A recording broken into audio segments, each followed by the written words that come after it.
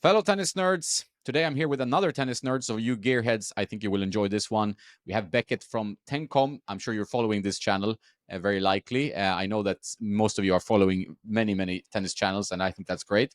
You get different opinions, and that's what we're going to get into today. Talk about his tennis background, and then obviously a lot of racket and string talk and whatnot. He has a very good setup for his rackets in the back. But first of all, how are you today, man? I'm awesome, Jonas. Thank you so much for having me on. How are you? I'm pretty good. I'm pretty good. My uncle is a little bit of a health situation, so that's a little bit of a downer. But Oh, besides that, I'm healthy. I've been to the gym. I didn't play tennis today, but tomorrow I have something booked. So overall, pretty good. yeah, I get all antsy when I don't get to play tennis every day in a row. It's crazy.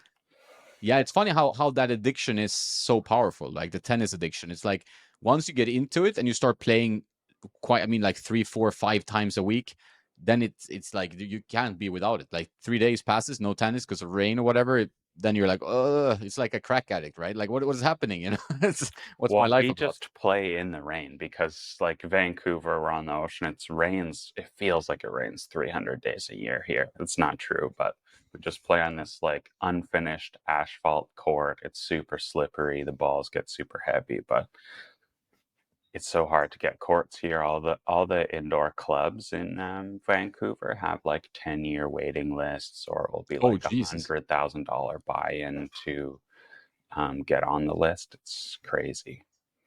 Yeah, I didn't know it was like that. Like, I mean, tennis is doing well in Canada, right? So, like, that's the feeling Yeah, with like your Gerald Sim. You have Shapo, Raonic before that. So it's tennis is doing good, but maybe too good because now all the courts are booked. Then. yeah. Well, we have this whole population problem where the there even though there seems like there's so much space, like it's such a big country, the urban centers are filling up quite quickly. So there's like hardly any places to rent or buy a home. And we're seeing that with the tennis courts too. Like once it gets into summer, it's tough to be on a public court for more than 30, 45 minutes before someone else is ready for their turn. Yeah, I don't. That's why when I lived in Stockholm, like I've been living abroad for many years, but then we did 9 months, me and my wife and kid in Stockholm some years back, like 5, 6 years back, and then like I remember like you have to start playing at 7 in the morning. It was very expensive, and at 7:55, when you're starting to groove a little bit and starting to feel the Hmm. ball, then someone is just lurking outside, like Yeah. some dirty man, and he's like, "Oh, I need to get on the court." Like, oh no, just like 20 minutes more, but there's no chance, right? Yeah. That's funny how that works. So tell me about your story with gear. Like, I mean, we can get into your tennis background as well, but like how, I mean, you know a lot about gear. You've been obsessing with about gear like me for many years. Yeah. But where did it start and how did this addiction Uh, started? like my Tennis Warehouse user forum account is quite old. Like it might be 10, 15 years old. So I'm 27 now. So I got into it when I was a kid. I've always like I love cars. I like dumb like products and stuff. So I get super into them. And when I was a junior, I wanted a new racket or something. My dad's like, why don't you just try adding some lead tape? So that was when I started reading the forum for the first time, trying to figure out what I'm supposed to do. So I added those like Pete Sampras H strips they used to have to my Drive Z Lite, which is like a 255-gram racket. And that's kind of really where it started. And then I have always played tennis because my dad was a great player. So we would play together. And when I was in my halfway through university, I was looking for a part-time job. The tennis store was hiring. I wasn't playing a ton of tennis at this time. Um, but as soon as I started working at the shop, it was like kid in a candy store, going back on the forums, learning about poly hybrids, all that stuff. That's like super granular, but it's really fun, just to get a handle on everyone else's passion, I think. Yeah, I think I mean, it's like when you are in a passion like this, like it's quite nerdy from the outside. I know when I'm talking to to average person who's not playing tennis, or maybe playing tennis like once a week or once a month or whatever, they're not into gear. They look at you like a crazy person. You rock up with your bag and your tripod, and you like there's 8 different rackets. Like, who's this? This is insanity. Like, would anyone care about this? Is there any difference? Most people don't have any idea that there's a difference between rackets. They think it's just like different colors, you know. So I find that quite interesting. Do you notice that as well when you're bringing your gear around? It depends. Like we play on a lot of public courts here, so there'll be a lot of like very recreational players, and they're not super into it. But Vancouver is a very techie place. You know, there's Teslas everywhere, so I'm not the only one showing up all the time with a couple different rackets. I see people switching, and I get recognized pretty frequently just on the court. So like I know that the community here is like at least is pretty nerdy as far as things go. That's cool. That means that they're dialed in, and that's good. I think in general, like getting gear knowledge out to people is helping, right? I mean, it's like if people play with the wrong racket, they get tennis elbow, they might play worse. But I felt always like, do you feel it sometimes also? I don't know how often you switch rackets, but I'm in this period when I have a lot of racket reviewing to do. My whole place is full of rackets, and I feel like my tennis is just sometimes going down complete toilet drain, right? Because I'm just this racket, then this racket, then this racket, and I'm like, oh no consistency. You don't like pick a main racket to sort of be your racket for a long period of time? Yeah, I do. I try to stick to one, but it usually lasts like a few months, and then I get lured by something else. You know, that's the problem. Like I maybe have it 3 months. I'm like, okay, this is the one. This is the Radical, or this now the PT7A, which is very tough to use, obviously.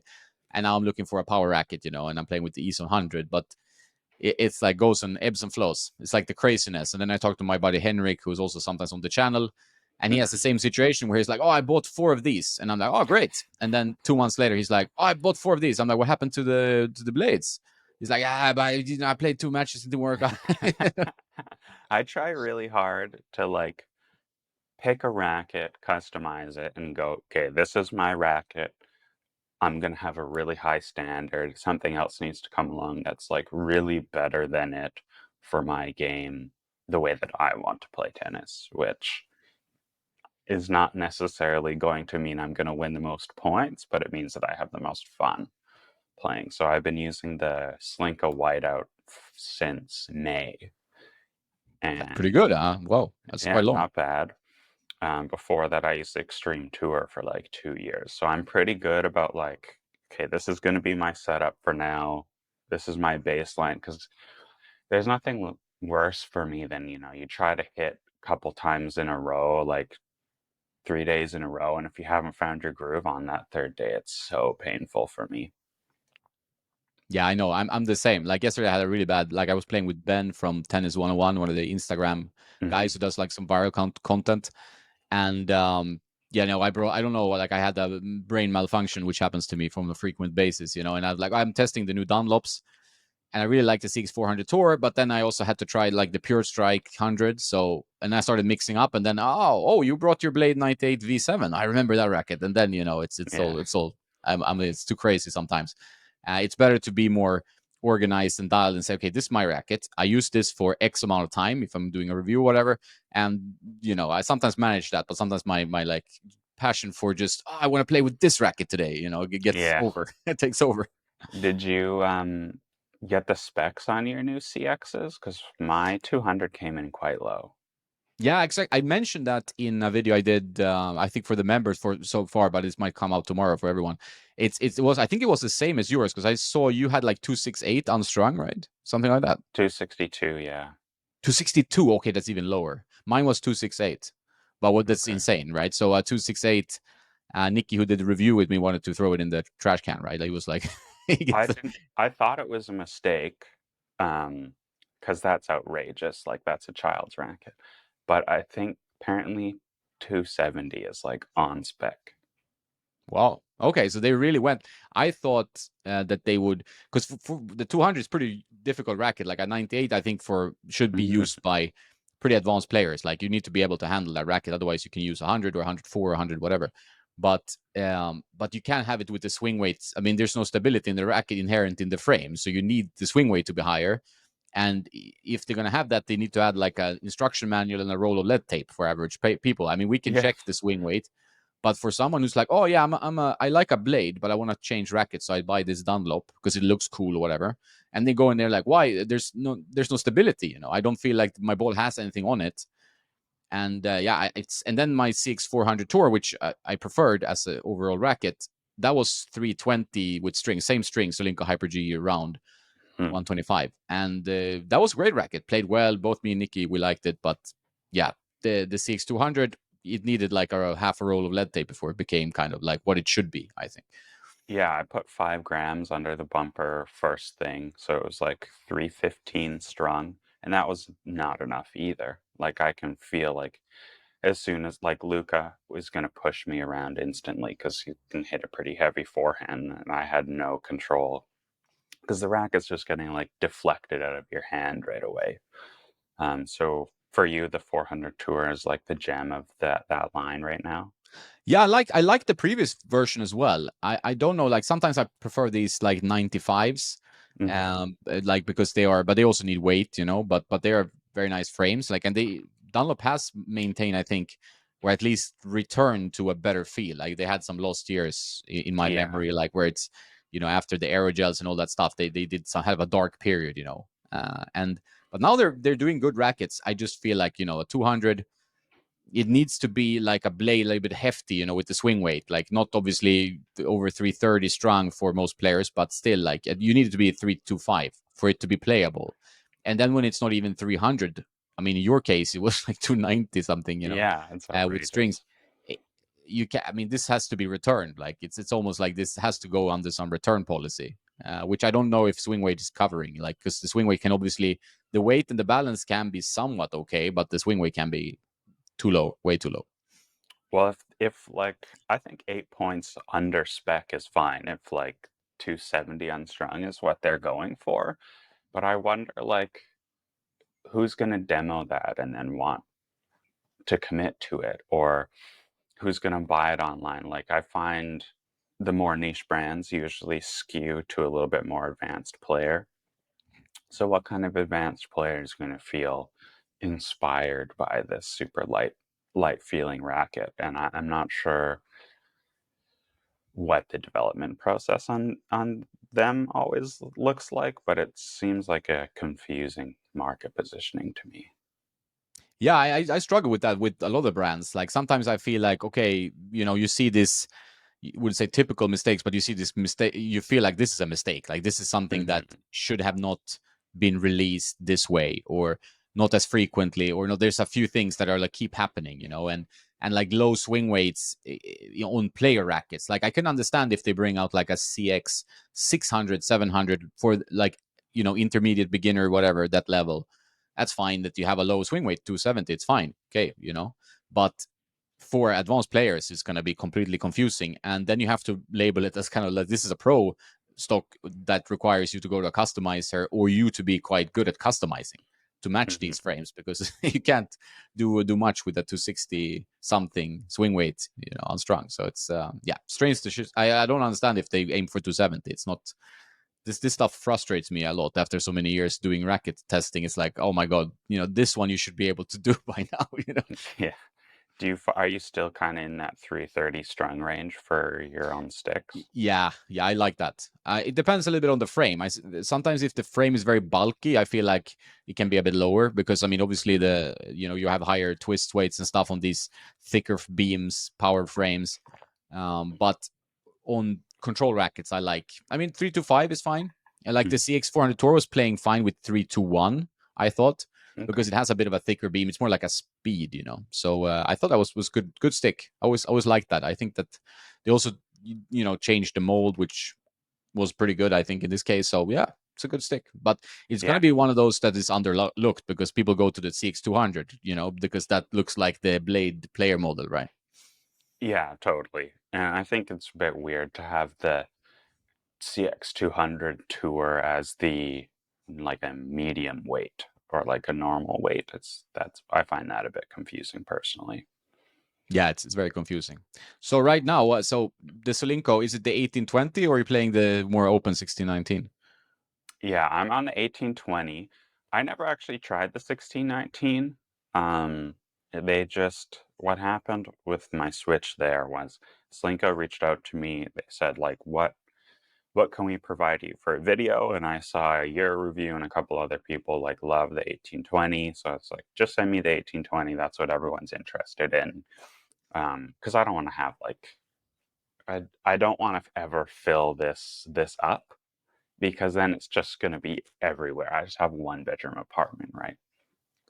So that was the only one I ever tried, and it was like great. I got tons of spin. I couldn't ask for really any more spin, so I didn't feel like it was necessary to try the 1619.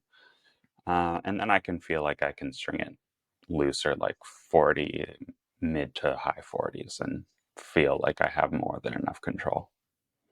Yeah, I think that's a modern like player profile. Like you go denser pattern, but then loosen up the tension. You're seeing all the tensions drop now across ATP tour.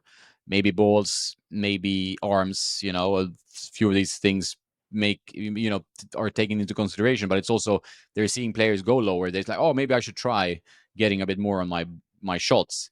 And I think Mhm. for a lot of rec players, they also want to try it, but then it's a part of that control. Like if you don't hit with a lot of spin or your mechanics are a little bit off, then it's tougher to use low tensions. But how long have you been like in the 45-pound range around? I've been up and down like for a long time, or since last winter to about fall. I was staying with my in-laws in Winnipeg, so it's a bit higher altitude there, and I felt like I needed to string tighter, so I was around 50, 52, depending on the racket. But now that I'm back at sea level, I definitely like the lower tension. And even I work on a project with Swing Vision that should be out in the next couple of weeks. And just like, hitting for 10, 15 minutes, one at 54 and one at 40, the average ball speed was 2 miles an hour higher with the lower tension. More balls were in, more balls were deep. There's like no trade-offs for me. So Yeah, I why think not it's take it? like, yeah, I 100% agree. I think it's people don't realize like you don't like the polyester strings, they keep the control at really low tensions. I mean, look at Manarino, for example, but you can go to like reduce your tension quite a bit and still get like you might have a really minimal adjustment, and you're getting quite a lot out of it, and your arm is not being bothered by. You still see a lot of like rec players play like 55 pounds with Mhm. poly and pure drive or arrows. That's something I counter, and a lot of these older guys, and they have the elbow pad just to it Yeah. looks like, yeah, if you see a sore elbow, you can spot it miles away, right? Well, even I find a lot of the people that I meet who have the elbow problems, there's also some kind of crazy search for topspin between them. So I see so much like over torquing of the wrist. And that's what led to my elbow problem when I was testing Paradox Pro. It was like I wasn't getting the same kind of dip on the ball. Did you try that string too? I haven't tried it actually. They said they were going to send it, but they haven't showed up. Let me know how does it play. It's it's like RPM power, but Ah, even more exaggerated. oh wow. That's a So bit like I mean RPM power. I like it. It almost feels like you're because I play guitar. It's like you're stringing a violin or something. It's like this yeah. kind of Oh, the it doesn't sound like that though, thankfully. that's good. Yeah, Because because RPM like you move the strings like pring prong pring prong. You're like, oh, interesting. yeah, that was horrible. Pulling tension on the last couple crosses with RPM power is like the most painful stringing experience I've ever had, I think. Yeah. Was I remember that was pretty rough. I did test it. It was I played nicely. I remember testing it was a long time ago, but in like the soft drive.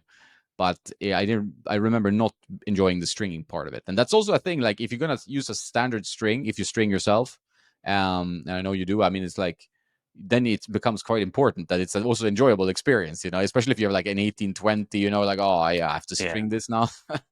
Well, that's why I'm sick of stringing my 1820 Solinko because I have to do it. I have to do each of them almost once a week because there's so many new strings coming in all the time. And I'm not at that point yet where I feel like I want to do a lot of testing with other rackets. I just want to keep them kind of like in my main rackets. And I find these whiteouts are really string sensitive too, so I can really They are. feel the difference. But it's such a hassle. So I am actually like, if I can get my CX200 spec'd out nicely, I might switch to it coming up, but we'll see how it goes. It has not Yeah, yeah. taken weight that well so far.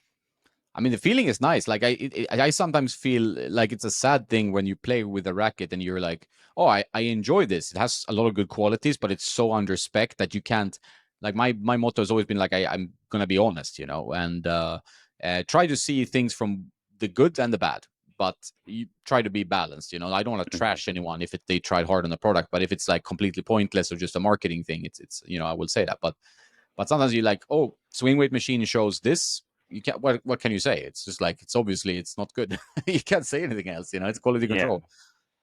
Yeah, and that's fine. Like I don't mind that because it's like something that's you could say is objectively bad, right? Like nobody would be happy with something that's off spec. But I often, if I try a product and I don't like it, I won't make the video because I don't have the kind of like mental or creative energy to go, okay, I'm going to do a full production video on this product that like doesn't excite me at all because it doesn't stand up in any way. I think that's smart in a way. I struggle sometimes, and we talked about this the other day with me and Ben because I was like, he was testing some rackets for some brand Wilson, I think it was, and I could see that he was not enjoying the testing process. Like it was a string and a racket, and he's maybe not so used to testing gear. And I know how it is. Like you have to kind of slug through the play test. Same with Henrik. Like we talk about it. Like okay, I want to give this X amount of hours, but you're really struggling. Like it really is not a racket that might not be bad per se, but it doesn't suit you, and you feel like you're playing badly. And if you're playing competitive points or playing a set, even if it's a training match or something, you still feel like, you know, here I am playing badly with a racket I don't want to hit with because I have to give a review of it. You know, it doesn't mean like the racket is bad because I know I can usually give it to someone and they're like, oh, you know, you try it. Oh, it's great. I'm like, all right, well, that's me then, you know. So Yeah, it's interesting. that's the whole thing. It's so subjective. Like I think the rackets that are made now are all quite good. Yeah. Like compared to 10 years ago, they feel like on average more solid, more refined, like it's a better product. Um, so it's really hard to like come away from a review for me saying, I think, you know, making these changes would sell more. I can say making these changes would work better for me, but I understand that my needs are going to be quite a bit different from the average consumer. Yeah, I mean, sometimes you would if you look at YouTube views and stuff. I'm not so good at this. Nikola, my buddy Aracic, is quite good at checking views and like this channel is doing well, blah blah blah, Mhm. which he's great at. And I'm not so good at that. But I think like if you would have like roast a lot of products, you probably get more views, but it might not be like your honest belief, or it might not be nice in the end, or you know, you might have some negative brand of like personal branding consequences. But it's like you could probably have a channel where you have like a trash can and you'd be like, oh, this racket is shit, and you throw it in the trash can and people will be Well, like, yeah, only old rackets are good. even I did my 2023 top countdown list, and I was the Shift 99 or the Shift 300 I put as my least favorite racket of last year. Didn't have fun with the play test. I get what they're trying to do, but it is not what I want from a racket. I have not lived that down. Like it's been several months, and I'm not sure. Like I don't even think the negative reviews and opinions, regardless of like if they're truly mean spirited or if it's just you know kind of trying to have fun and self-aware that it's not, you know, this isn't objectively bad, it's just like my experience I didn't love, which is the way that I try to go about this, um, can have a much more negative impact on your audience and the way that they perceive. uh,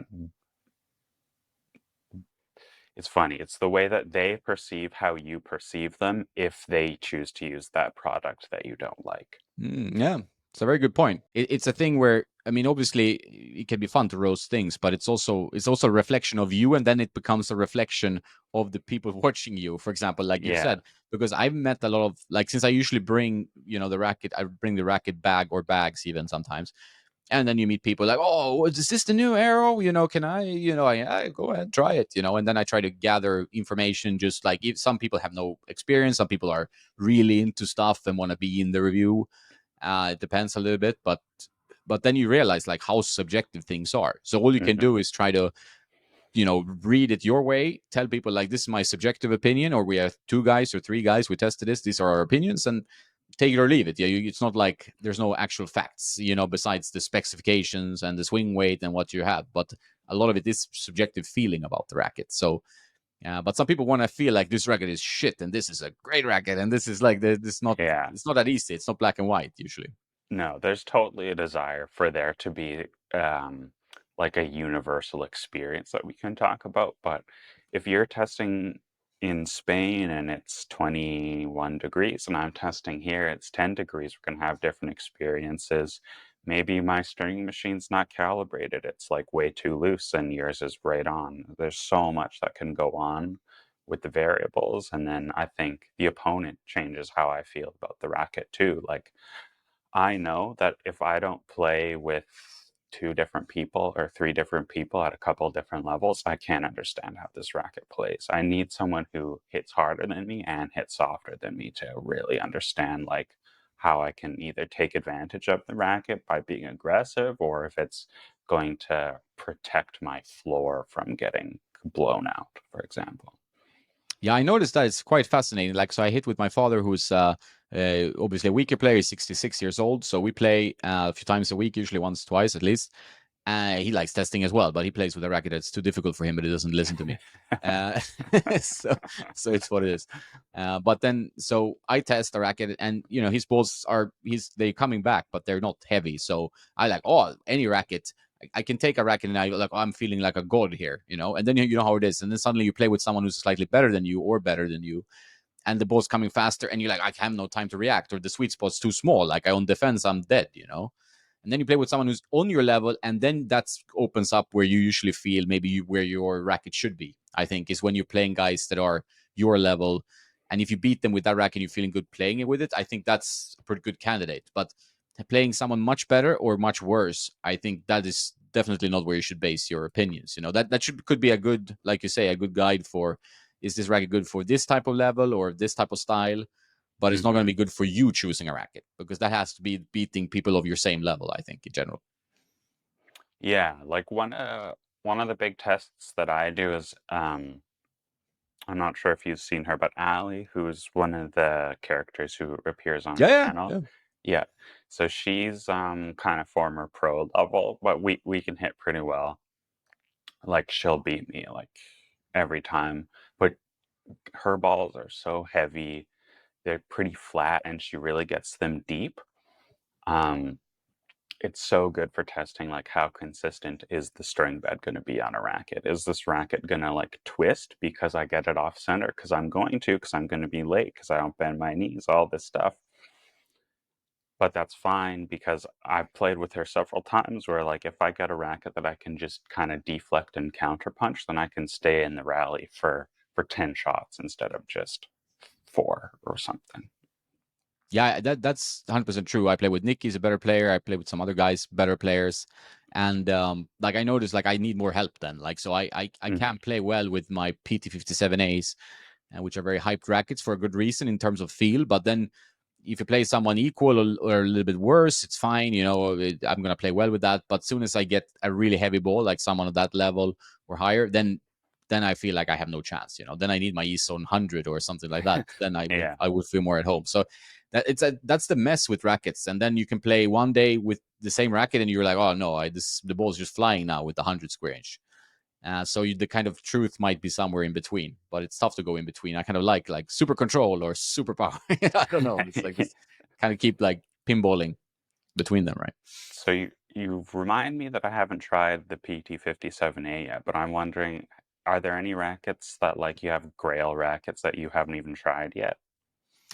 That's a good question, actually. I was thinking I was going to ask you that. I wrote that down, like top 5 rackets of all times. It's type of video we both do, right? But it's Hmm. I think that I haven't tried. Yeah, maybe there are some. I can't think of anyone right now, but I'm sure there are. There are players who be like, "Oh, have you tried this?" And I didn't try it. Like when my friend came here to visit me, he brought a Dunlop. What was it? Dunlop Biomimetic 200, and I made a review of that 200 plus, and plus means 100 square inch. I think it didn't mean longer racket. Oh, okay. Yeah. So we played, and that racket was great. Yes, that was a typical racket that I completely had not tried before. I've tried a lot of rackets. I might have not. I might have missed some pro stock or something like that. But I've been kind of just this pro stock and this pro stock and this like the Steams I didn't try properly until now, and now I tried the Steam 100 and the 99. But you don't have Uh, like a dream racket that you're like, before I die, I need to try like Feds 90 or something. the FETS 90 would be fun to try, but I know it's going to be a nightmare like to play with against anyone good. But it's that would be amazing. I saw some guy posting that the stiffness is much lower on the Fed. At least one of the rackets. I don't know what's changed, but Yeah, than AC the regular. Tennis got, I think, one. I think he got the N code paint job. I can't remember. He Oh, just got cool. them last week. Yeah, he's the reviewer. He's in Australia. Yeah, I know him. I know. I mean, yeah, Yeah, but yeah. so he got the personal Fed. Yes, he got a personal Fed. Wow. Yeah, that's a great. Like, I mean, I have personal Novak, Haas, Agassi, and Nikki has Rafa, Stand the Man, and a bunch of other like Delpo. I've tried all these, but Mhm. the Fed that's the Grail in my opinion. That would be Yeah, a Grail, I like a agree. Fed personal racket. That would be cool. Yeah, like I haven't tried a lot of the stuff like in Canada the access is going to be a little bit less. I just tried like a 95D for the first time last summer, and that was a big deal for me. I was super excited, but I still haven't tried like PT57A or any of the Pro Tour 280 kind of original ones. I just tried like a DR98 for the first time last week because Luca brought it because he's a racketaholic. Um, but he does have a Pro Tour 280, so I will try that soon. Yeah, we talked about that. I think remember that. Yeah, the DR90 is good. Actually, it's quite good. I see you have one in the back there. I see some. I see the liquid metal radical as well. Can pull out Yeah, the. so we can walk over. That's good. I like this. It's kind of more animated podcast Okay. than just watching me talk to someone. Okay, so let's start with the wall one. So this is the Arthur Ashe that I got at the thrift store, which like I don't play with, but I like it because it looks cool, but also Arthur Ashe is the reason that I play tennis today. The only reason I Oh, play tennis is because of my dad. And so when he was in grade 4, he went to the bookstore. He was allowed to buy any book he wanted.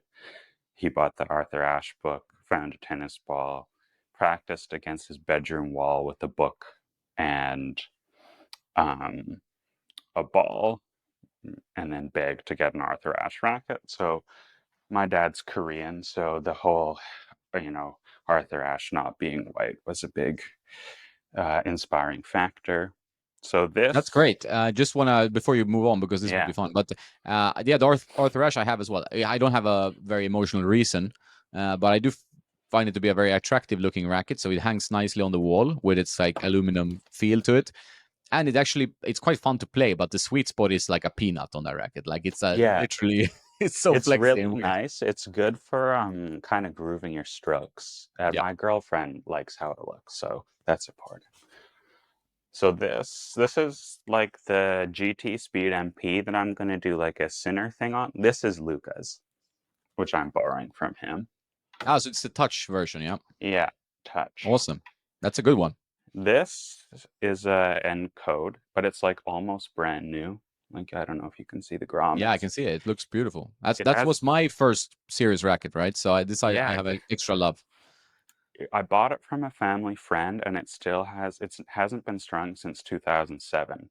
Oh wow, cool. So it's got the stringing sticker from the store that I used to work at dated 2007, which is just crazy. That cosmetic is just so timeless. I don't know. There's something about maybe it's my like nostalgia kicking in, but it's like, Yeah. oh, it looks so good. It feels good in the hand. Everything's like, oh, It's one of the best looking rackets. And I think like For me, like, I didn't get into tennis. I was too young when Fed was using that. So, like, to me, it's kind of the K factor is Fed's racket. But as I'm kind of digesting getting older and like looking back at videos of him playing, to me, that's the one. Yeah, it's the best guy to watch highlights from. It's like Yeah. the old Fed matches. It's so good. This is another one that you would like. But this is your Yeah, I MP. sold all mine like an idiot, but that's happened. Oh, So really? yeah, I don't know. Don't ask. I don't know what I was thinking. I regret it. Yeah.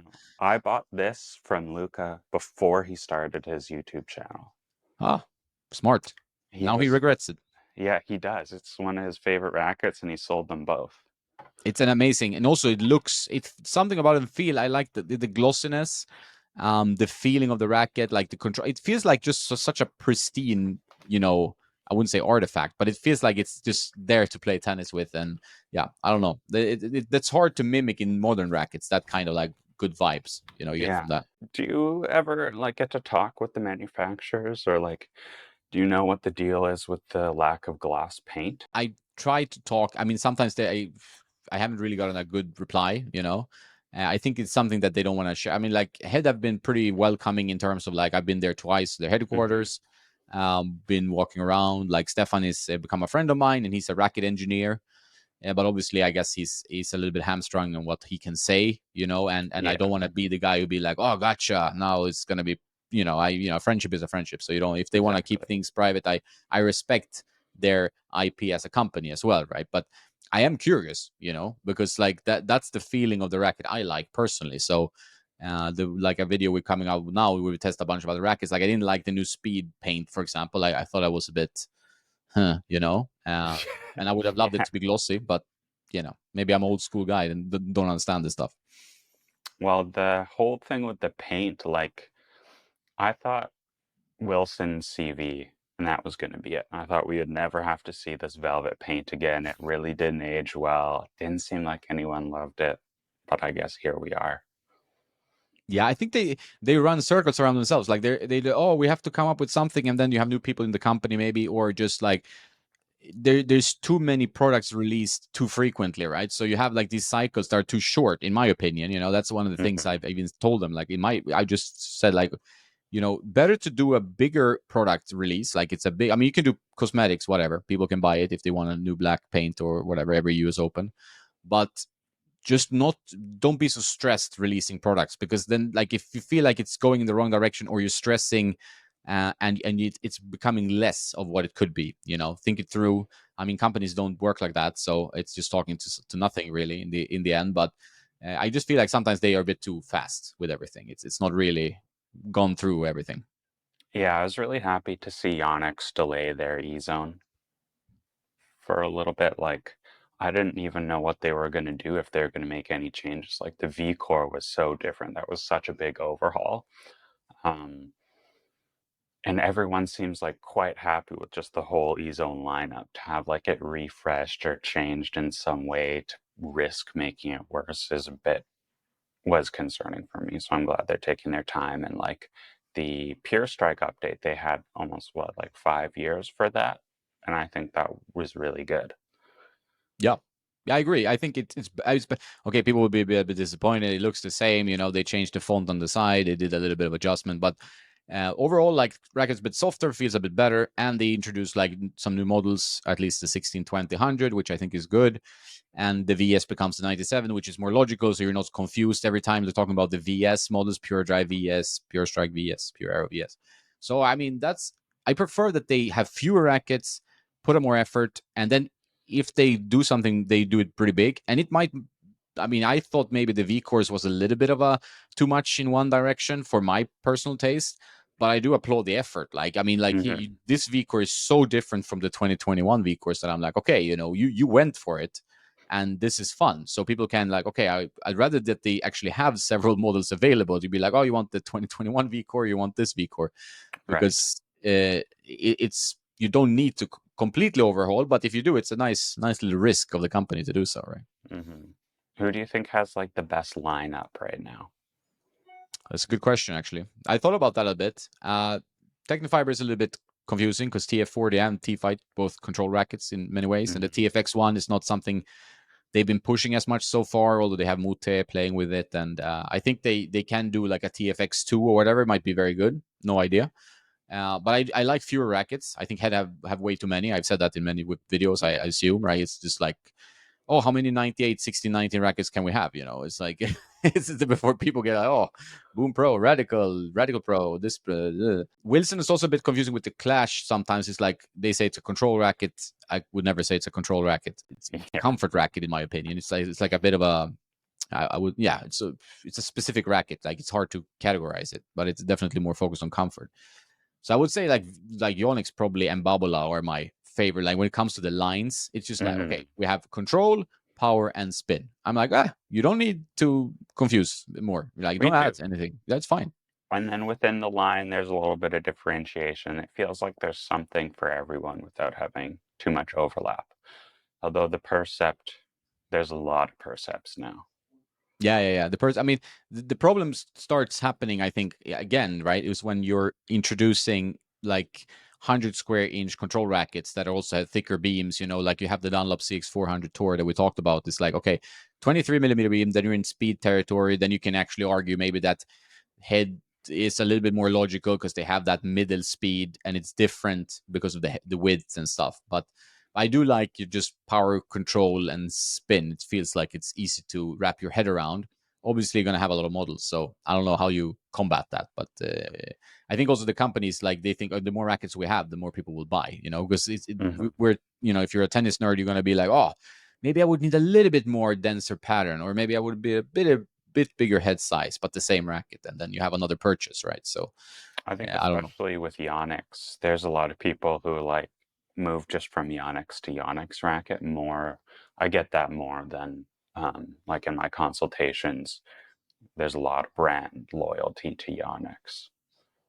Yeah, I think that's good. Like, they should really get an applause for that. Like, I think people, partly it's this kind of quality control, maybe not so much with swing weight. I would say that they could improve their swing weight, because I've had some egregious swing weights from Yonex, although their quality in weight and balance, I think, is leading of the big brands, at least. But they do seem to build brand loyalty, whether it's made in Japan, whether it's that it's like good, well playing rackets, the head shape, something stands out. So people will be like, okay, I like Yonex. I like the feeling of it. It just might be more of a E-Zone than a V-Core player, or I want to go Percept 100 instead of a V-Core 100. So I think that's what you want to do. I think I've seen that a little bit more with Babolat in the past. I don't know how they're doing now, to be fair, but it's like they've also had quite a strong brand loyalty. Like, I'm a Babolat guy, I play only Babolat, you know, and stuff like that. Right. So that's quite important, I think, for the brands. Yeah, like that's something you'd see in cars all the time. It's like people will stay within their brand because there's a certain feel. And I think Yonex has also done that pretty well. Like Yonex rackets, doesn't matter. I think if it's a V-Core, E-Zone, or Percept, like it feels like a Yonex racket. There's a certain way it vibrates and flexes that just feels really familiar, which I totally get. What's your feeling like if you compare like older rackets, like some of the ones we looked at in your shelf? We can even go back to DR98. It's not that old, but like 6195 liquid metal radicals, and then compared to the new rackets that we actually already said the quality across the board is higher. Like, I mean, you don't get bad rackets today. I would say that with some confidence, because like you don't see a lot of, okay, this is like you throw it in the trash. Chris from Tennis Warehouse, we talked about that on the podcast before. It's like, okay, the racket's going to be good. It might not be for me. It's going to be good. It be less of a favorite than the previous generation? Yes, possibly, you know. But it's going to be a quality product, because there's no way they're going to be able to sell it otherwise. So there's a few things that are going on with the new rackets that I'm not a fan of. I think because there is so much stress about the elbow problems since we started to get stiffer, I found there was a bit of an overreaction in softening RA. And then I think they kind of realized that. So, and then along with the softening the RA, there's like a lot of dampening. Like I'm not that comfortable playing with like a really dampened and soft racket. And then the other thing that I don't like that we're seeing a lot of now is like variable flex, which like auxetic, like, okay, really stiff in the yoke and handle, and then we're going to have auxetic is really soft in the yoke and handle, and then we'll have graphene, which is really stiff in key areas. I find like that makes the hitting feel quite thin or like spongy or artificial. I think Wilson is guilty of it too, which I understand for the Clash because like it achieves its mission really well. But I really don't like how the shift is really soft when you hit a topspin and then feels really stiff when you kind of drive right through it. To me, that just leads to like an unpredictable kind of feel. Like I want to, when I'm playing with the racket, doesn't matter if it has high control or if it's a big power racket or anything. Like I don't want the racket to surprise me after I've hit the shot. Like I want to go, oh, that felt terrible, and then it went into the net, just like it should. Yeah. It shouldn't be like, oh, that felt great. I know my footwork sucked, but the hitting feel was fine. I couldn't tell that I completely shanked it because the vibration dampening is too good. Yeah, I 100% agree with you. Actually, it's one of the things I've been thinking about. Because also, when you say these things about like what quality is very good, it comes with the caveat of the whole industry moving in the same direction all at once. It seems like a little bit, it's like, okay, so elbows is a big problem. People can't play tennis. I get it. It's a big problem. So then you get these frames that are, and I hear that also consultations. I hear that from like comments, whatever. It's like, yeah, I don't feel the ball, So people go back to the older rackets because they that's what we want. We want feedback. So you Mm-hmm. want that, like, okay, I hit a bad shot, I would be punished. I hit a good shot, I would be rewarded. That's what a tennis player wants. That's how you improve as a tennis player, understands your own game, develop your technique. And sometimes when I hit with these newer rackets, I feel like, okay, it's a good racket, like it's stable, it gives you ample power, it does all these things, but I'm not quite connected to the ball. So like some shots, like, oh, it landed in, like you said, like that's one of the things I've noticed. Like, oh, should I be happy now? I don't think so, really, because it doesn't give you the information where you feel like you're going to improve. We get that feedback, like, okay, I have to hit the shot. I get more under the ball, otherwise I don't get enough spin. Like, but then if the ball is just like a bit of a trampoline, it just lands in, and you're like, okay, well, how am I going to repeat this if I don't have that feedback? It's impossible. Yeah, and I think like that's all I have ever chased playing tennis is like that feeling of like hitting the ball in the center with your weight shifting forward, like pure contact. Like that's all I care about. Like I'm a rack player. I don't care if I win tournaments that much. I know I'm not gonna like be making money for playing tennis exclusively. Um, I just like hitting down the middle. So I want a racket that like makes me feel so good once I've hit it in the middle. To me, that's like the chase that I'm after. You were a Bubble guy in the past, right? Like that was how you Yeah, began your journey, right? I What's your was. feeling around the brand now and the recent rackets? Um, I find there's like a weird clunkiness to almost all of them. I don't know if that's the high twist weight because I do see higher twist weights like on Tennis Warehouse's chart, and when I measure it, feels quite um, heavy. So I haven't really shared this on a video, but I'll tell you. The motion that I find high twist weight is tough for me is going from like the back position here and then figuring out how you're going to open it. Hmm. And for my forehand, which is quite whippy and wristy, I rely a lot on like being able to control the angle of my racket face and find the right kind of spin to apply to control the ball. Because I don't really have as much control through like, I guess, pure clean ball striking like you or like Nikki, who seems like a much flatter hitter, or Ali, who I hit with. So the Bablet rackets are really tough for that. I think the Pure Air 98 is amazing. I think it like you could easily say that's the best racket you can buy and would be great for winning points, but I don't love it. I do really like the new Pure Strike, how it feels and everything, but it's still like there's a lot. The one that I tried had a 333 swing weight, felt like a really high twist weight. It was probably more racket that I could feel comfortable with using for my game. Yeah, I did notice that playing with the Pure Strike the other day. Like I liked that it's like it's a little bit less stiffness. It's not like a plush feeling racket or where you feel the ball 100%, to be fair. But it's better, I would say, than the predecessor. However, it does feel a little bit clunky at times. Like the twist weight, I haven't measured the twist weight on that one because I just got it, but I feel like it just then forces your swing or makes it not so comfortable. And then like tennis is about like you put it really well. It's been my philosophy as well. It's like you want to enjoy playing tennis. You want to have a smile. I'm not a competitive guy, so I don't go there to win. I play some tournaments, ITF seniors and stuff like that, but I'm not there to win. I like the challenge of it, but I'm not going to be crazy about that or just start arguing line calls like a crazy person. Which you encounter quite a bit. But I do enjoy when the racket feels like a part of you, when you feel like connected to it and it does what you want it to do.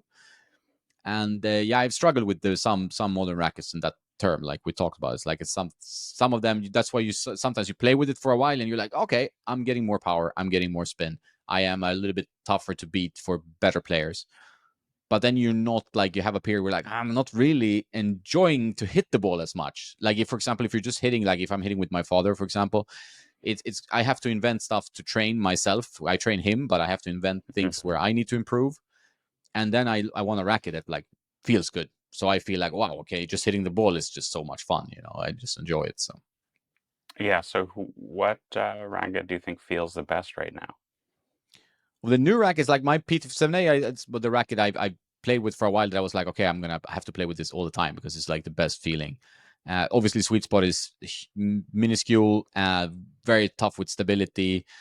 In like if you hit off center, but when you hit center, it's like mwah, But modern rackets, it's a bit tough actually. Like the modern rackets, I really like the Dunlop CX400 Tour. It's probably been my most positive experience recently. I did struggle, like the blade is pretty good, but when I compare the V7 versus the V9 just with Ben the other day, I always was a fan of the V7. I think the ball pocketing is very addictive in that racket. I can see why others would argue against it, but it's a racket I really feels good to me. And I was playing with that, and I was playing with the V9, and I was playing with that, and I'm like, this is just better for me. I'm just this V7 is preferred, right? So yeah, I would like to have that feeling in a recent racket, but I haven't met any really bad rackets, but I haven't really met anything that is like that either. To me, in recent times, I would say.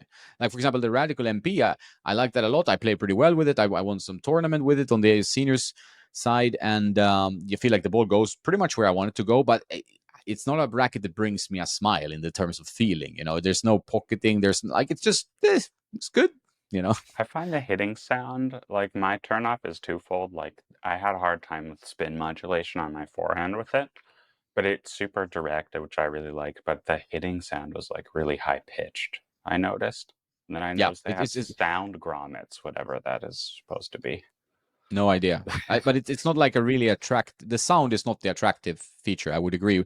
And I think it comes like the vibrations are pretty high. So, and it's not like, I don't think it's a very arm friendly racket. I didn't have any arm issues with it, but I've heard people like, okay, they struggle a little bit. Maybe it's like, it's the vibrations frequency is so high that it emits this sound. I don't know. I haven't checked the vibration frequency, but I think the newer radicals compared to like the liquid metal, compared to these old ones, it's a different, ballpark, more power of course, but it's different. Yeah, to me, the Slinko 1820 is like the closest thing that I could find to something that felt like an older school racket. Like I think it feels a lot like it could be the spiritual successor to like the liquid metal Radical MP. You play So with the that's why I standard length like it. version, Yeah. by the way.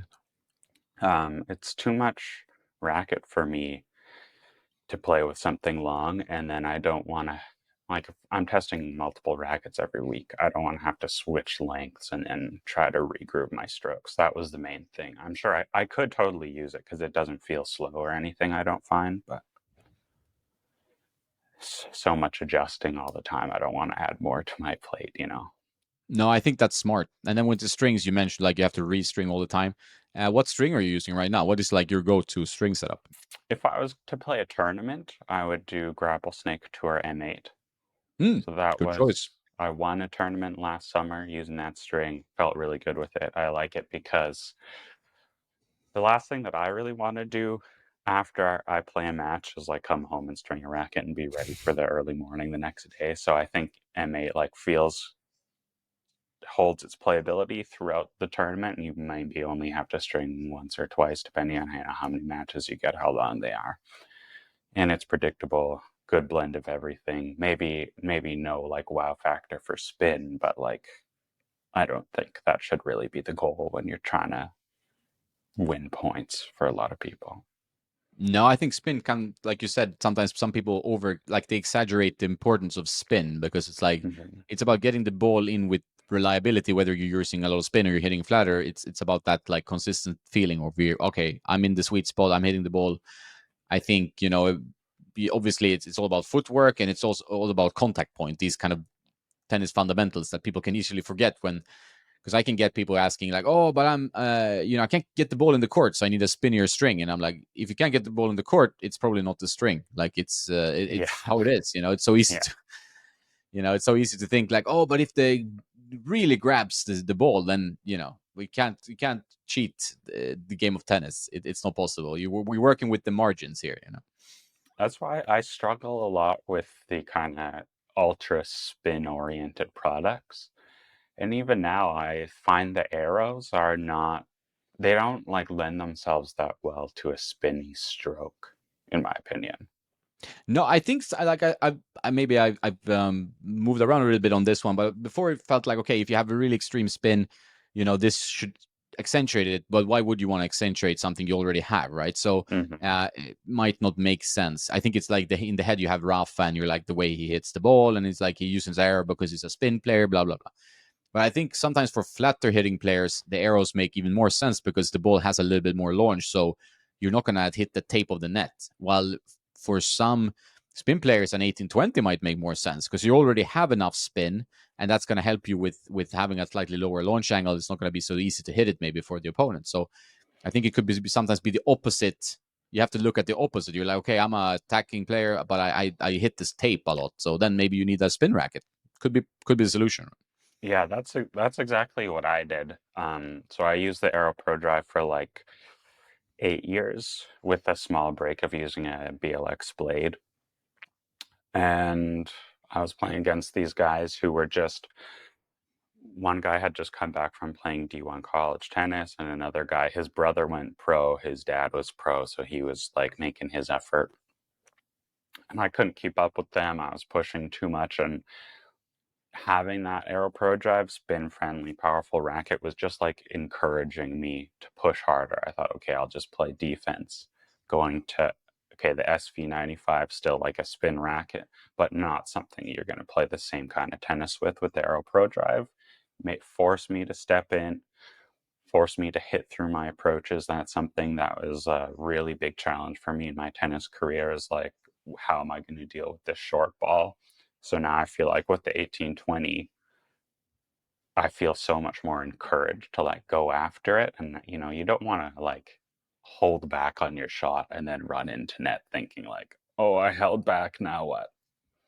Yeah, exactly. I think sometimes you notice that, like when I switched between the rackets the other day, I played like, oh, I'm playing a these, so I'm testing the Aqua Knight just because it's a different cosmetic, And I do enjoy the East 100 for some reason, especially against better players. But then the balls were flying, I felt like, so okay, and then I play with the Blade 98, the V7 version, and I'm like, okay, here I can go full, and I have to think, because sometimes with the power, like the more power you get, like the more you have to adjust, and then it's not as instinctive, right? You can't throw yourself into the ball, which is the best feeling when you really Mm-hmm. like stepping on the gas. Although you might not be able to do that for like 90 minutes, 2 hour match, but that's a part of physical limitation. It's not like, I don't think having a very powerful racket and then trying to just adjust your swings all the time, I think it's gonna be difficult. I've tried playing tournaments like that, but sometimes it works, sometimes it doesn't at all. But it feels a bit strange to hold back on swings somehow.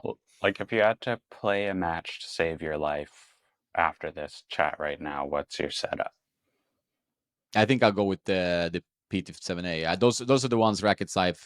Then the string, it could be. I mean, could go to Hyper G Soft, for example. Like Okay. they are not very string sensitive. I noticed, like I try hybrids. Like, okay, maybe if someone just strings it for me, I can ask like a natural gut, all the power hybrid, or some round string, could be any round string really. But then yeah, the PT57A, I've had moments where I've been playing around rackets, playing a tournament match, and then I'm down like 5-1, and I'm like, okay, I have to just put every ball in, and then I win 7-5 for a set. I'm like, okay, the Right. ball is not heavy, it's not going to be the hardest, but it's going to go where I want it to go. So I think that is very important when you're trying to be like Novak, you're trying to like just fight every ball back. So But it's a little bit too demanding, to be fair. I know that as well, but it's the one with kind of, I get a smile on my face when I'm playing well. Yeah, well, you answered in like 2 seconds. I thought that was gonna cause you to think for at least 5 seconds or something. Yeah, But I could be, because now I've been trying to, so I have this constant thing in my tennis life where I'm like, okay, I need a more powerful racket. Like my friend Daniel, who's a very strong player, he was here. We were training for like almost every day for 2 hours, and he's playing. He went from like Fed 90, Prince Phantom 93P, like all these heavy rackets. He customized them even heavier. Then he went to an Angel TC97, customized that, and then he's like, okay, he's playing on clay, German league, strong players, and then he's like, oh, I need more power. So now he has like a Pure Arrow VS, and it's like 360 grams with strings and super headlight, like it's like 31 centimeters strong, or something like 10 points at least. And I tried it, and I'm like, okay, it's quite fun to play with, but like he's just, I'm just adjusting my string. He's a very good athlete, right? So and I enjoyed it. I tried it in a match just for fun. It didn't go well, but I was like, okay, I can see what you like here, but it's not for me, But he's just, then he tried to really convince me, like, you need to also play with more powerful rackets because you're gonna play so much better. So so it's been a little bit, I'm like, okay, I'm gonna challenge you and we'll see. But yeah. So like points wise against strong players, like I play my best with the E-zone. But then if I play, sometimes if I have to play a match of my life for against a same level player, which would be the most fair if you're fighting for your life, I guess, like, yeah, then I'd be worried that the ball will start going, at some point, and I will start looking at the string and be like, oh, I need a more spinny string. So. So is that in your head a lot when you're playing, like, the idea that you could have maximized your setup with something else when you're playing? Yeah, sadly, I've had moments where I've tried to unthink that, like I'm trying to really not focus, and that's probably like when I've just said, okay, I'm bring this like 3. I had 2 radicals, so I radical MP new ones. I wasn't super excited by it, but I was playing well with, so I was like, okay, that's it, that's what I'm bringing, and then I'm playing matches, and I'm trying not to overthink anything about the equipment. I'm just like, and it did work for a while, and then suddenly you go back into this gear hell where you're like playing a practice match and you're looking at your racket like it's your main enemy. Yeah. That's so what about you? Like, what you would go the Solinko, I guess, then? Yes. Yeah, I would go the Solinko as what I have dialed in right now. Because for me, the thing that gets in my head more than anything is like, is the weight setup correct? Way more than like, is this the right racket? So when I was trying to like, it took me a really long time to get the weight setup dialed in on my whiteouts, because the usual customization techniques that I did for my extremes and my V-Core 95s before that did not work in the same way, because the balance point's a bit higher. And then I was also learning about the whole recoil weight thing, and I was talking to the guy who started the forum about that, optimizing recoil weight. So I did like a bunch of tests to see, okay, does my ideal recoil weight line up with his chart? How is MGRI gonna affect my forehand? And that was like when I really took a long time to kind of figure out how I was going to tune my rackets. And so that was in my head through, like, I think I played 3 tournaments last summer. It was in my head through all of them. It was horrible. Yeah, I think that's one of the best advice you can give to anyone who's like in the racket hell or jungle, whatever you want to call it, is that you need to get it out of your head. And this happens to pro players. Like, I mean, I do talk a bit when I'm around the ATP tour, like, oh, you're talking to this guy, I'm wondering about my string choice, my tension, should I go for a bigger racket? Like, and these guys are established ATP pros, right? And you're like, oh, don't get in here. Like, don't it's not a good place to be. Like, as soon as you start to doubt like the equipment, it's partly an excuse, but it's also like it just distracts you from what you need to do to win a match, right? It's just a feeling I have, sometimes. Like, I should come with a warning label when you get into this, to like gear junkie, because like it's a performance sport. So you want to do, like, you want to have fun playing. It's not like you're buying a new iPhone and like, this phone has the best photos, right? Or this computer has the best performance if you're playing video games. This is like something where you have to rely on this thing to help you play better tennis so you can smile more when you're at home, right? So it's like it's a little bit different than other gear things, in my opinion. Yeah, well, and I think like it takes so long to get used to a new racket. So when you see these guys switch it's the idea that you would have instant results after a switch, I think, is completely incorrect. Like it took Fed a long time to get used to his 97. Yeah, And yeah, no, and I that was very sobering. I think I agree. yeah, So people should realize. most talented player of all time is maybe, maybe not, has taken at least one, if not 2 years to like get back to the level that he wanted to be at. And then you see like Chapo, who is changing rackets a bunch, like that's maybe not what he should be focusing on. And then not giving it maybe enough time to switch to that E zone, which I think made sense. But Yeah, I agree. I'm not I sure. I think it gets tricky for them because they like, okay, I feel like this is good, and then they're not. I mean, they're obviously not gear nerds, so they're gonna got nerd into that. And the tennis coaches around the tour that I've met, they're not gear nerds either. So you can either consult with someone, which they probably don't do enough, and it's like a big black hole. So they don't realize like, okay, I need to give it time. Like they just, okay, this worked one match, and now I'm back to my old.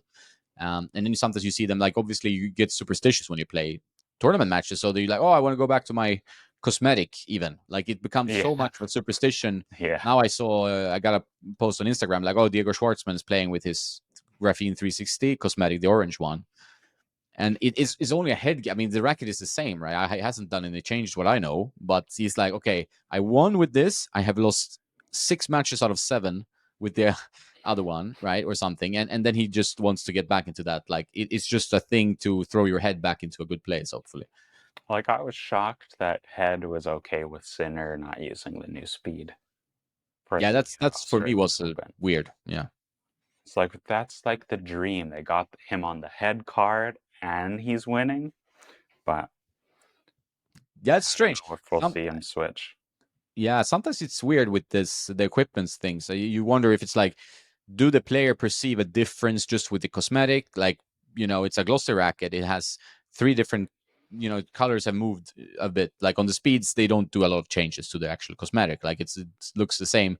Then they do the same glossy paint. They don't do that soft touch paint. So you would be like, oh, here, Yannick, play with these. And I had, it doesn't strike me as the guy who'd be like, oh, this is completely different. But then there's something bothering him probably, or maybe he like, because he wouldn't be a more pragmatic thing where I didn't get them on time, or this the delivery guy for my head rackets was late, for the Australian Open. That wouldn't happen. So it has to be something feel based, or something in his head or in his heart or whatever that says, I'm not gonna be playing with the new one. Worked out for him, I guess. So Yeah. I mean, for them, they wouldn't care. And also, I think most consumers won't look at his racket and be like, oh, but that's not the latest speeds. I won't buy that one. yeah, They would I just need the buy. one with the white in the throat, not in the middle. Big Yeah, difference. it's funny. I'm going to ask you about your customization. Like you do a lot of that. You do the MGRI, but you have the graffiti. Is that what you're using? Yeah, I'm using the graffiti. That's been a life-changing thing for me over the past year and a half, I guess now. So I use the swing weight thing several times a week. And then I really like their balance tuner.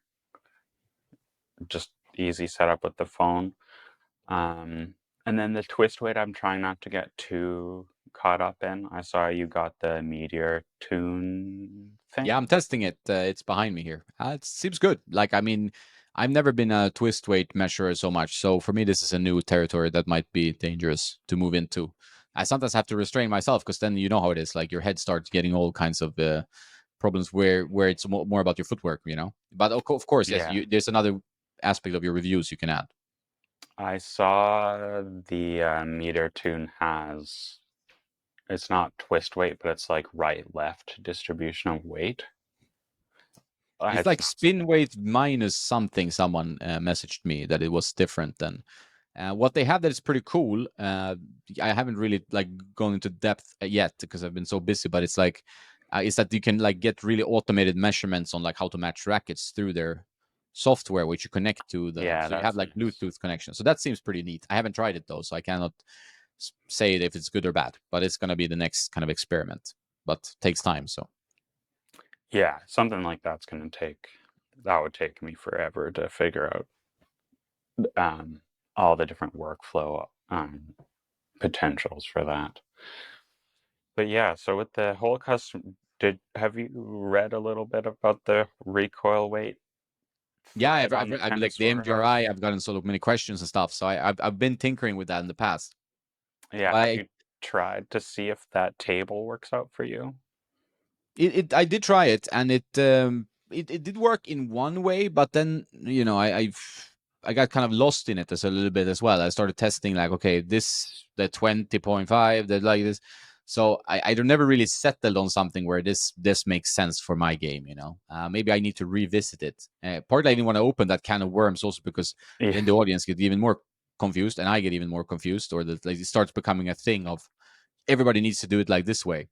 So I'm not sure, but it did it help you? Like you actually did open the door for in your racket search. Um, I wouldn't say it opened a door, but it confirmed some things for me. So my Extreme Tour and my V Cores 95s, I customized them both, but I wasn't like super analytical with the way that I did that whole process. Like I just did it by feel. I was like, okay, I'll add a little bit of weight here, add a little bit of weight here.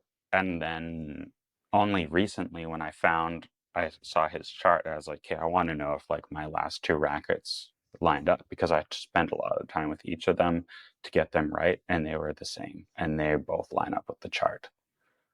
Yeah, I think that was something I actually reached out as well. Like the rackets I liked were remarkably similar. Like Mm-hmm. that in the specs. Like if I would line up, a typical rackets for me, that would be a pretty clear pattern. I'm not sure it's going to work like that for everyone, but that was kind of the read. It was more of a confirmation. Okay, I'm this type of my stroke is this. This take it or leave it, right? Like how it is.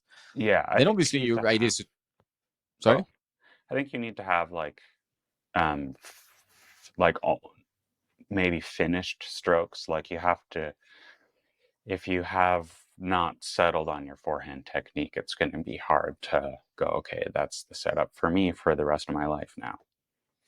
Yeah, I for me it's been ever changing. Like you want to tweak things all the time. Mm-hmm. Maybe that's just my nature. So then that gets tricky, and that's probably why I go gravitate to different rackets and want to discover what different things applies to different players like me or other people as well. Like so it becomes like an eternal discovery, and then like no player is quite set, so that can be a tricky. You need to kind of do it, and then you need to wait maybe 3 months, and then you see your 6 months, and then you do it again. So it needs to be maybe in your workflow But a little bit. I guess I mean more like you don't have any uh, developmental flaws that are like where your forehand you're not done learning how to hit a forehand, I guess, but you are done learning how to hit Yeah, forehands. true. In a way, yes, yes, you're right. Yeah, yeah, you're not gonna That's be kind of like, what I mean. yeah, yeah, exactly. So this thing with tennis is frustrating, but it's also like because I have a friend who's all obsessing with technique, like gear. It's like technique, Hmm. technique, technique. He's also been testing lots of gear. In the end, he settled on a candy cane, Oh, which is yeah, very difficult racket. Nicky advised against it, but yeah, so he's happy with this racket, and then he's obsessing with technique, and then he's like looking at how to do this and this and this, and that can also be like a rabbit hole in itself, right? Like he's I would say he's new to tennis, he's been doing it for a while, but he's always trying to refine something, always trying, but it's so difficult to change technique. I mean, I've tried working on the back end or stuff, and you do change things, but it's such a slow burn. Like you really need to immerse yourself in the process and be like, okay, I'm gonna do 100 buckets of backhands or whatever. It's just well, like you think that look it's like a tough. completely different player from when I first started watching you. Yeah, I've been doing a lot of, and I was playing like when I started my channel, I was not playing enough. I was pretty poor technically. I was not as good physically either. So it was been for me. It's been also a journey of like my life changed quite a bit because I was playing like once twice a week, just doing some videos for fun, and like I was always into gear. It's always been a fun like rabbit hole for me to dive into and to investigate. And then I got to know Henrik, and we started talking a lot about it, and other people who are also nerds. So it was kind of like this thing. But then I realized I need to like now I started playing, like doing this more full time, was like, or at least half time. It's like 4 or 5 times a week playing, and then with better players, so you're like, okay, I have to get better, like I have to fix, So it's been my challenge to myself to try to improve my game a lot, and now I'm feeling I'm making strides in the right direction. But then, like, it's not going to be easy to change, like, take back or certain things, but you optimize a little bit the footwork a little bit faster, you're a little bit more smart how you play the points, which is sadly not something I am really, but it's like you're slowly getting a bit better. But Yeah. it requires a lot of quantity. I think it's tough to improve it as a tennis player if you play twice a week. It's really tough. I think twice a week is only enough to maintain your level, and Yeah. even that can be tough depending on what level you are. Like twice a week to maintain like a 5.0 level twice a week, I don't know if you could even do that, because you also need to be really fit for 5.0 tennis. So you probably are like working out on the side or something. And then even for us, like constant adjustments to racket gear, like anytime you add an adjustment, I think that slows your progress. Yeah, 100%. Like that's something that really sometimes irks me, and I feel like a little bit negative. I'm usually a very positive person, like generally, like always trying to look at the half full glass thing. But sometimes, like when I'm in a testing phase and I'm getting confused, and I like 2 weeks earlier, I was like, oh, I have my racket, but then there's too many rackets to test, and I'm starting to get like my tennis starts becoming a little bit all over the place. And then I start getting frustrated. That's like a tough grind. It's a fun, like, I mean, it's a great job. Like people are, I'm happy, but it's sometimes can be frustrating that you're not playing your optimal tennis because you're like, this is not the racket and this is not racket, this is not the string or whatever, you know. Yeah, and there's no way to like sound good when you say, I sucked with this racket and it was not my fault. Yeah, yeah. No, it's true. I mean, like that's the thing. Like it's like going on a date. It's like you meet and you're like, okay, it's could be good, and then you're playing and you're like, no, I mean, it's not. Sometimes you have to give it time, but that first feeling is rarely gonna be from I'm not really into this to, oh, let's get married, right? It's not. It's not. That's rare. That transition that it's going from Have like I you don't even ever like had this that racket. happen? Like with the racket, obviously. It's a good question, actually. I don't think so. I think generally my first instinct stays. I sometimes a bit too harsh in the beginning. My first time with the racket, I'm feeling like, okay, I'm a bit harsh, and then I need a few more times to kind of dial in like what I'm thinking and different players and. Hmm. But I never been complete 360 where it's like, oh, piece of shit, and then like, oh, I love this. This is the best racket ever. Sometimes I have a lot of the one like, oh, it's a great racket, and then it's okay racket. Yeah, so that happens to me all the time. And I think it's when you try the new racket, because it's like the first thing, something's new, your body really adapts quickly. This is based on nothing but my own experience. And then kind of as you've played with that racket for a couple times, I think your body kind of goes back into its older habits, and then it doesn't feel quite as comfortable. That's what I noticed with like the Pure Strike VS, which I really liked for a long time, and then just couldn't quite get it to work how I wanted, even though it felt like it worked better than I wanted the first couple times I hit it. Yeah, there's that feeling of like this is new. I mean, that's with any shiny new object. You talk about cars, whatever. If you're into camera equipment, what else? I mean, guitars for me can be like wow, But it's like, and then you have that extra energy also in your play, right? So you're a bit excited by the racket, so you're putting the extra effort into your play, and you're thinking that it's partly the racket feels better because you're moving better and you're putting more energy into your tennis. And then when you get back to normal and things start like that honeymoon period is done, but you start, oh, well, it wasn't the racket as much. It was my more excitement coupled with the racket that was Mm-hmm. a little bit that.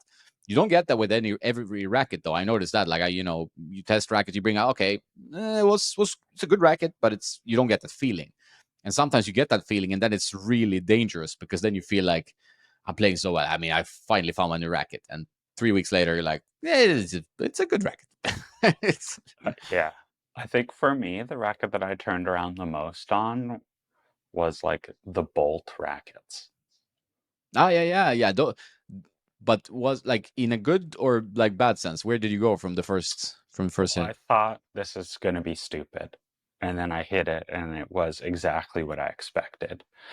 But as I kind of figured out that whole suspension thing, I was like, okay, I appreciate what's going on here, and it's not going to work for me, but they're so fun, and that's a racket that like I like to keep in my bag to show people because it's really quite interesting and it's one of the most unique experiences, I think.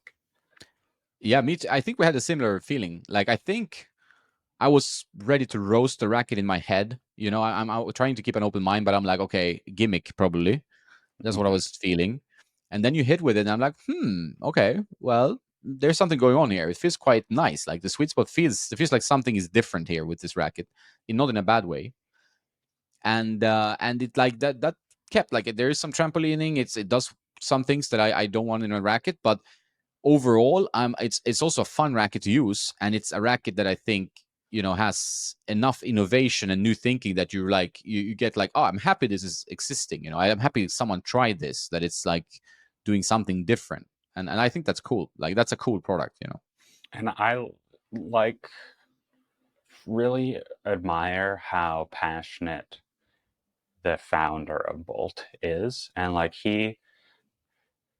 some people put out a product and it might have some kind of gimmicky thing in it, and they're kind of self-aware about that it's a gimmick. I don't get that feeling from him. I feel like it's really honest attempt at like serious innovation. And he's really passionate about tennis as a whole, like every part of it, which that was something that really helped me see that there was more going on to it than the, you know, lackluster website and the weird paint jobs and stuff. Yeah, I think so. I think sometimes you have to meet the people behind it. It's so easy to roast something or feel negative about something, and then you actually see what went into it, and you feel a bit differently. Might not completely color your expectations or your opinion, but it's still like, even like when I sat down with the head guys like Stefan and Ralph, they've been working with rackets for like 17, 18 years for head, as engineers. And I could be like, oh, I'm not super impressed by this new head. Like they're making minor tweaks to every racket. I'm getting a little bit bored. I mean, they're good rackets, all of them, but it's like not, floating the boat so much, right? But then you meet them, and you hear them talk about like Oxetic 2 and Oxetic 1 and graphene and like this and other things that have been trashed in the pipeline or whatever. And I'm like, okay, like this is cool. Like this, like they are real engineers. They love this stuff. Like Okay, that's it feels awesome. much better. Yeah. Because outside from a company perspective, Wilson Head, blah blah whatever, sometimes feels like, okay, you're just chilling out new products and marketing ideas to sell more of this product. But when you actually meet the engineers, it's almost like it's a happy sensation of being like, okay, they wanted something with this, like what the marketing department did, what they wanted from sales, how rushed the product was. That's one thing, but these guys were actually putting their heart and soul into the product because they're also tennis players and they also love rackets. So I think that's pretty cool. Sometimes can be quite eye-opening. Yeah, when I spoke with the Solinco engineer for the whiteout, um, and one thing that I thought was funny, I was kind of expecting for that racket, because I find it's quite unique in the market, like a more like holistic vision, like someone who had an idea and then went to go execute it, but it was like a totally different development process. It was very much, we'll make a racket a couple different ways, we'll group test it, use that feedback. There wasn't like a guiding messiah vision for the frame. It was very much group testing. Which is cool. Like, I mean, I think people sometimes don't realize how much they actually test the products on and off with different types Hmm. of players, different types, of demographics to actually see that the product works. So then it's like, I think you always have to humble yourself a little bit when you test a product. It's not always easy because there's so many rackets being released or strings in one go because it's like Australian Open or it's play season, and like, oh, now we're all gonna bring out new rackets, but that was actually like a 2-year process where the team did this, they discussed the cosmetic. It's quite a complicated thing because it's a big investment behind the product, so it's sometimes a bit too easy to be like a content creator or whatever and be like, oh, it's crap, but they poured out so much heart and passion into the racket. And so you have to find that balance of being like objective, like in a one way, but also understanding that it comes from a good place. Whether it missed the mark for you or not, it's another story, right? What would you like to see out of like a Jonas signature edition racket? Yeah, it's a good question. Like, what would be something I love about, like, if I would copy something, it would be like H22. I like a lot, but I would make it a bit more forgiving, maybe like an 18-19 pattern, somewhere in between there, and then tiny bit thicker beam. I don't know. Maybe lower weight. It's maybe stiffer. Like, I would play around a little bit. Like, there's some role model rackets. H22 is one of my favorite rackets. PT7A. So I would like to maybe try to make a PT7A with a 98 square inch head that is right, not too noodly and stuff. It's tough because I've realized over the years, it's like, if you try to make, or you take like Andy did, he takes the PT7A that he likes the feeling of it, and he tries to make it into a bigger racket, like with the Head Prestige MP Lite, with that layup. And then I know, like, Ilya Vashka was here, and Nikki customized his rackets, and it is Andy's old rackets, or the same rackets. And we hit a little bit, like, you felt it, and they're like, it's a bit mushy, whatever you want to call it. Like, it feels like you can't trust the string bed, and then the pros sometimes get crazy about it. Like, I mean, he was dialing in moving weights like 1 centimeter here just with the same specs. It's like, if I move the lead tape up a little bit, like, as the player, like, it's a top 100 player who's that much into gear. So there are these guys around, right? They get into it, hardcore. But yeah, it wasn't like, it's a racket. You have a racket, and you're like, okay, this would be even better if you make it into a bigger head size. But then it doesn't turn into the same racket. Like, it's a tricky one. Like, I sometimes struggle, like, I would like a 6-195, but in a 98. But what is that racket then? Like, does it become like the 100 where it's a little bit too much power or a little bit too much open string? But it's a tricky one. Like, you like, okay, a 6-195 in a 98 with 22 millimeter beam. That would be pretty good. Mid 60 stiffness, it's like a bit stiffer. Yeah, that would be good. I guess it's impossible other than just to guess what spec changes would actually play like. Yeah, exactly. I think it's such a mysterious, subjective realm, which also makes it fascinating, that you're like, the perfect racket, and then you're thinking in your head, and but you don't know how that would actually play when you're actually picking it up. It's like someone might put the layup and the specs together for you, and here you go, and you're like, this was big disappointment. I thought it was play exactly like the old one, but something has changed, so it won't play the same, right? So yeah, I don't know. It's a fascinating topic, though, in a way.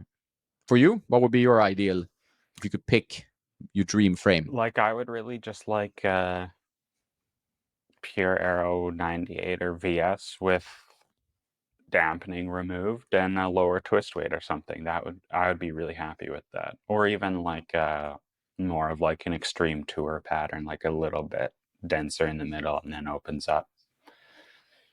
Something like that. Like, I'm chasing like Aero Pro Drive Original kind of feel. Oh yeah, it's the best. That's one of the best. Like, that one with a smaller head, like a 98 Aero Pro Drive Original. That's a goatee frame, I would say. Yes. Maybe slightly reduction in stiffness, because then the stiffness will be very high with a smaller head. But yeah, that's another one where, because that crisper feeling, where, I mean, there's something about the Aero Pro Drive Original where it's like, when you hit well with that racket, it's just, you can't beat that. Like, the sensation where the ball is going with some good pop on it, but it's still controlled. Yeah. It's just hard to beat. There's something about with those, 2000s and 90s rackets that has like a really kind of graphite-y kind of feel. And I think that's one of the things that's been lost, as there's been more dampening, like we were talking about earlier, more variable flexing. Yeah, 100%. I sometimes feel it with that racket, which is one of the best examples of that, even some 6-195s maybe.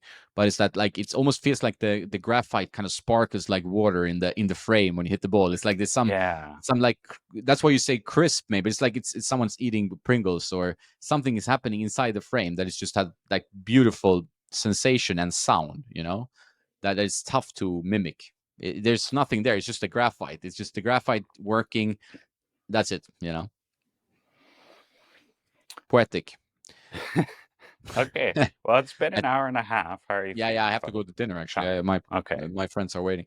But we can probably talk for 40 hours, but we will do that next time. We can do a part 2 or something if Yeah, you're it was super fun. It's an honor. I've always wanted to have some face-to-face time with you since I was like a teenager. So you're in Marbella, right? yeah, Spain right Yeah. now. Yes. Okay. I want So to. if you're coming by, Luca and you going on a road trip, we'll hit some balls, do some videos.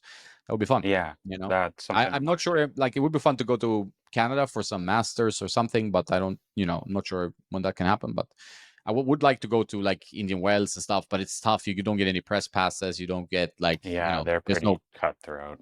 Even yeah, even if like you're in Toronto, it's like so far to yeah. like it's 6 hours additional flight time to get It's a here. big place. Yeah, yeah. It's Um, crazy. so Europe can be good in that sense. Like things are a little bit more nestled together, so you can take 1 hour flights, boom, boom, boom. In between. If you do a Europe tour, like go to Rome or like the clay stuff here can be quite fun. yeah, I know my dad's feeling pretty adventurous lately, so we'll see how his schedule opens up. That's good. Well, nice talking to you, man. It's been great. Good luck on the channel. I'm gonna put it in the show notes and the comments as well. People Awesome, probably thank already you. follow you, which is I think these tend to overlap the audiences, I which is think also so, fun. It's a but community. they'll love it. I Yeah, they think. will love it. Thanks, man. You have a nice day, You too. and we'll keep in touch. Okay. Sounds good.